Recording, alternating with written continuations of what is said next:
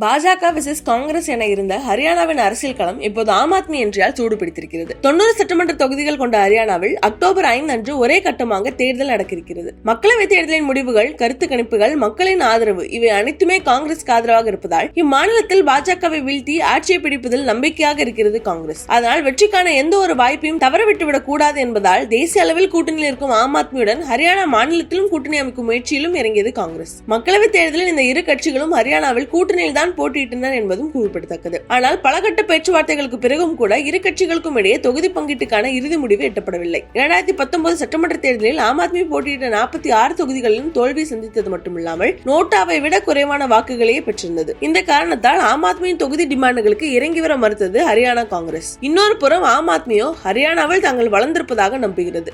மக்களவைத் தேர்தலில் குருஷேத்திர தொகுதியில் மட்டும் போட்டியிட்டு தோல்வியை சந்தித்திருந்தாலும் அந்த தொகுதிக்குட்பட்ட கயத், பெஹோவா, குஹ்லா, ஷாஹாபாத் போன்ற சட்டமன்ற தொகுதிகளில் முன்னிலை பெற்றிருந்தது ஆம் ஆத்மி. இதனால் 10 தொகுதிகள் வரை போட்டியிட காங்கிரசிடம் கேட்டது ஆம் ஆத்மி. ஆனால் காங்கிரஸ் இறங்கி வர மறுக்க பொறுத்திருந்தது போதும் என்று 90 சட்டமன்ற தொகுதிகளுக்கான தங்கள் வேட்பாளர் லிஸ்டை வெளியிட தொடங்கியது ஆம் ஆத்மி. ஆம் ஆத்மியின் இந்த முடிவு பாஜகவிற்கு ஏற்படுத்தும் தாக்கத்தை விட காங்கிரஸ்க்கே அதிக சவாலாக இருக்க போகிறது என்று சொல்கின்றனர் ஹரியானாவின் அரசியல் அறிந்தவர்கள். அது மட்டுமில்லாமல் காங்கிரஸ், ஆம் ஆத்மி கட்சிகள் தனித்து போட்டியிடும் பட்சத்தில் பாஜகவின் எதிர்ப்பு வாக்குகள் பிரிவது மட்டுமில்லாமல் காங்கிரசின் வாக்குகளும் பிரியலாம் என்று எதிர்பார்க்கப்படுகிறது. ஆம் ஆத்மியின் இந்த என்ட்ரி 9 மாவட்டங்களில் இருக்கும் 34 சட்டப்பேரவை தொகுதிகளில் தாக்கத்தை ஏற்படுத்தலாம் என்று எதிர்பார்க்கப்படுகிறது. இந்த தொகுதிகள் அனைத்துமே டெல்லி, பஞ்சாப் எல்லையில் இடம்பெற்றிருப்பதால் ஆம் ஆத்மியின் ஆதிக்கம் அதிகமாக இருக்கலாம் என்று சொல்லப்படுகிறது. சோனிபட் மற்றும் குருகிராம் மாவட்டங்கள் டெல்லிக்கு அருகிலும், அம்பாலா, பஞ்ச்குலா, ஜிந்த், குருஷேத்ரா, ஃபதேஹாபாத், கைத்தால், சிர்சா போன்ற மாவட்டங்கள் பஞ்சாபுக்கு அருகிலும் இருக்கிறது. அது மட்டுமில்லாமல் டெல்லி மதுபான ஊழல் வழக்கில்